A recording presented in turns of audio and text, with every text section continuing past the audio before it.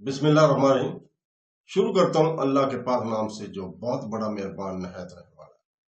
दोस्तों, बहनों, भाइयों, बुजुर्गों, अस्सलाम वालेकुम। तारीख इस्लाम में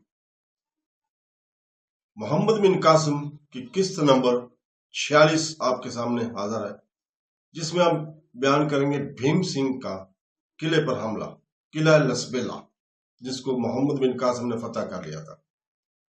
तो दोस्तों, मोहम्मद बिन हारून ने दूर से भीम सिंह के सवार दस्ते को हमले के लिए तैयार देकर अपनी फौज को रोकने का हुक्म दिया और मुकाबले के लिए सफेद दुरुस्त करने के बाद पेशकदमी का हुक्म देने वाला था कि लश्कर के बाएं बाजू का सलार सर पर घोड़ा दौड़ाता हुआ इनके करीब पहुंचा और इसने एक रुक्का इनके हाथ में देते हुए कहा, यह तहरीर तो सिपह सलार की मालूम होती है, लेकिन लाने वाला एक सिंधी है।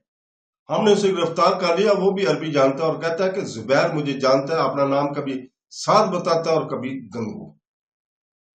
जुबैर ने चौंक कर कहा, मैं इसे जानता हूं।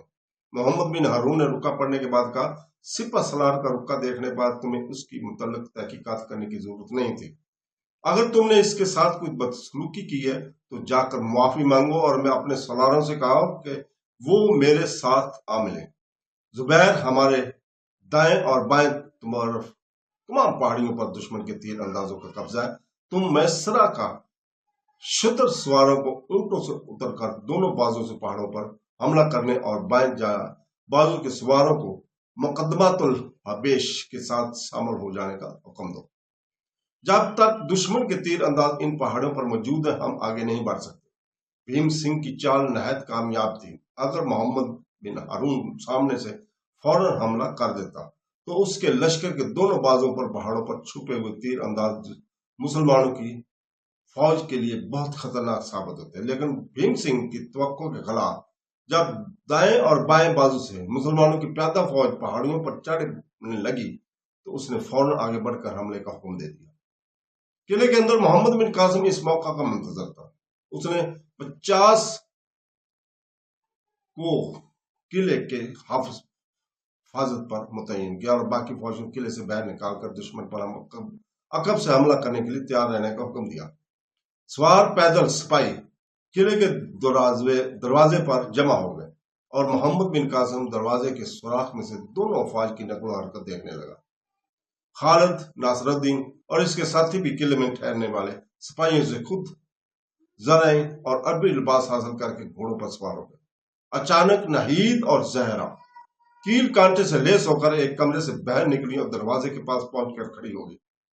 खालिद ने कहा, नहीद, जहरा, जाओ, किले के बाहर तुम्हारा कोई काम नहीं। नासरुद्दीन ने इसकी तायद की। मोहम्मद बिन कासिम ने मुड़कर इनकी तरफ देखा और कहा, मैं तुम्हारे जज्बा जहाद की इजाजत देता हूं, लेकिन तुम किले की हिफाजत के लिए सिपाहियों के साथ देकर हमारी मदद कर सकती हो। कौम के लिए बहादुर माओ का दूध खून से ज्यादा कीमती है। नाजुक वक्त आने पर वो घरों की चारदीवारी को गिरती हुई कौम के लिए आखिरी किला बना सकती है। अब तुम यहाँ होंगी तो किले के हिफाजत में चंद सिपाही अपने खून का आखिरी कतरा तक बहाने से दरेग नहीं करेंगे, लेकिन मैदान में सिपाहियों को दुश्मन का मुकाबला करने से ज्यादा तुम्हारी हिफाजत का ख्याल होगा। तुम में से एक का जख्मी होकर गिरना सैकड़ों सिपाहियों को बददिल कर देगा और ये मार्का ऐसा नहीं जिसके लिए हमें तुम्हारी मदद की जरूरत हो। तुम थोड़ी देर आराम कर लो, शायद रात भर तुम्हें जख्मों की मरहम पट्टी के लिए जागना पड़े। खालिद, इन्हें अंदर ले जाओ। ये कहकर फिर वो दरवाजे के सुराख में से झांकने लगे। जब दोनों अफवाज गुत्थम गुत्था हो गई तो मोहम्मद बिन कासिम ने घोड़ों पर सवार होकर दरवाजा खोलने का हुक्म दिया। खालिद, नाहिद और जहरा को कमरे में छोड़कर वापस लौटा और वो अभी दरवाजे तक नहीं पहुंचा था कि जहरा ने भागकर इसका दामन पकड़ लिया। खुदा के लिए मुझे साथ ले चलिए, मैं जिंदगी और मौत में तुम्हारा साथ नहीं छोड़ सकती। खालिद ने बर्म होकर जवाब दिया, जहरा, नादान न बनो, तुम सिपह सलार का हुक्म सुन चुकी हो, मुझे जाने दो, फौज किले से बाहर निकल रही है। जहरा ने आप दिदा होकर, खुदा के लिए मुझे बुज़दिल सगाल न करो, मैं तुम्हारे साथ जाना और देना चाहती हूँ। जहरा, जहरा, मुझे छोड़ दो। ये कहते हुए इसने जहरा के हाथ झटक दिए, लेकिन वो फिर रास्ता रोक कर खड़ी हो गई। इसने आगे बढ़कर कहा, अगर आप इस आदत से मरहूम नहीं होना चाहते तो मुझे क्यों मरहूम रखना चाहते हैं? जहरा, ये अमीर असाकर का हुक्म है, اور جہاد میں امیر عساکر کے حکم عدولی سب سے بڑا جرم ہے۔ زہرا نے بد دل ہو کر خالد کا دامن چھوڑ دیا اور سسکیاں لیتی ہوئی نائی سے لپٹ گئی۔ خالد بھاگتا ہوا دروازے تک پہنچا، سپاہی جا چکے تھے اور دروازہ بند تھا۔ خالد نے پہرے دار سے دروازہ کھولنے کے لیے کہا، لیکن اس نے جواب دیا، جب تک باہر سے سپہ سالار کا حکم نہ آئے میں دروازہ نہیں کھول سکتا۔ خالد کے پاؤں تلے سے زمین نکل گئی۔ اسے خیال آیا کہ وہ اسے بزدل سمجھ کر پیچھے چھوڑ گئے، اس لیے بھاگ کر دروازے کے سوراخ سے ادھر جھانکا۔ قلعے کے پیادہ فوج عقب سے بھیم سنگھ کے لشکر کے دونوں بازوؤں پر حملہ کر چکی تھی اور محمد بن قاسم 60 سواروں کے ہمراہ براہ راست کلب لشکر پر حملہ کر چکا تھا۔ خالد دشمن کے لشکر کی عین وسط میں حلالی پرچم دیکھ کر اپنی مٹھیاں بھینتا اور ہونٹ کاٹتا اور پہرے داروں سے مخاطب اور کہنے لگا، انہوں نے میرا انتظار کیا ہوگا، یہ سمجھ لیا ہوگا کہ میں موت کے ڈر سے قلعے میں کہیں چھپ کر بیٹھ گیا ہوں۔ خدا کے لیے دروازہ کھول دو، مجھے جانے دو۔ پہرے دار نے جواب دیا، آپ اطمینان رکھیں، سپہ سالار کو یہ شک نہیں کہ آپ بزدل ہیں، ورنہ شاید آپ کے قتل کا حکم دے دیے جاتے۔ وہ یہ کہتے تھے کہ لڑکیوں کے پاس آپ کا ٹھہرنا بہتر ہوگا، ہمیں دروازہ کھولنے کی اجازت نہیں تو میں فصیل سے کود جاؤں گا۔ یہ کہہ کر خالد فصیل کی سیڑھی کی طرف لپکا۔ راستے میں زہرا کھڑی تھی، اس نے کچھ کہنا چاہا لیکن خالد کے تیور دیکھ کر سہم گئی۔ خالد نے اس پر ایک قہر آلود نگاہ ڈالی اور کہا، اب تم خوش ہو؟ زہرا نے کہا، مجھے معاف کر دو، میں ایک عورت ہوں، خدا ایک زندہ قوم کے تمہاری جیسی عورتوں سے بچائے۔ خالد یہ کہہ کر بھاگتا ہوا زینے پر چڑھا اور رسا پھینک کر آن کی آن میں فصیل سے نیچے اتر گیا۔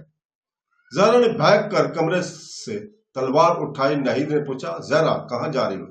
زہرا نے جواب دیا، ناہید تمہارا بھائی نے ہمیشہ مجھے غلط سمجھا، اگر میں واپس نہ آ سکوں تو اس کو کہہ دیتا میں بزدل نہ تھی۔ کاش ہمارا سماج عورت کو اپنی پتی کی چتا پر جلنے کی بجائے کسی مقصد پر قربان ہونا سکھاتا۔ ناہید نے کہا، زہرا ٹھہرو۔ لیکن زہرا اندھی کی طرف کمرے میں داخل ہوئے اور بگولے کی طرح بہ نکل گئی۔ ناہید اس کے پیچھے بھاگی، لیکن جب تک وہ زینے کے قریب پہنچی وہ فصیل پر چڑھ کر رسیوں کی سیڑھی نیچے پھینک چکی تھی۔ سپاہیوں نے اس کو روکنا چاہا لیکن اس نے کہا، اگر میرا راستہ روکا گیا تو میں فصیل سے کود جاؤں گی۔ سپاہی پریشان ہو کر ایک دوسرے کی طرف دیکھنے لگے اور زہرا نیچے اتر گئی۔ ناہید نے فصیل پر پہنچ کر آوازیں دی، زہرا زہرا پگلی نہ بڑھو، واپس آ جاؤ۔ لیکن ناہید کی ہر آواز کے ساتھ اس کی رفتار تیز ہوگی۔ ناہید نے مایوس ہو کر خود نیچے اترنے کا ارادہ کیا، لیکن ایک عمر رسیدہ سپاہی نے کہا، عورت کا جوش اندھا ہوتا ہے، اگر آپ نے اس کا تعاقب کیا تو وہ بے تحاشا دشمن کے صفوں میں جا پہنچے گی۔ ناہید نے مایوس ہو کر ایک سپاہی سے تیر و کمان منگوایا اور فصیل کے ایک مورچے میں بیٹھ گئی۔ ایک گھوڑا اپنے سوار کو میدان میں گرا کر ادھر ادھر بھاگ رہا تھا۔ زہرا نے بھاگ کر اس کی لگام پکڑ لی اور اس پر سوار ہو گئی۔ اسے گھوڑے پر دیکھ کر ناہید کو قدر اطمینان ہوا اور وہ اس کی سلامتی کے لیے دعائیں مانگنے لگے۔ مسلمانوں کی فوج پر بھیم سنگھ کی فوج کا پہلا حملہ بہت زوردار تھا۔ تو دوستو، اس کے ساتھ ہی ہم کل تک کے لیے اجازت چاہتے ہیں اور انشاءاللہ تعالیٰ کل ہم اگلی قسط میں اس سے آگے پیش کریں گے۔ اللہ حافظ۔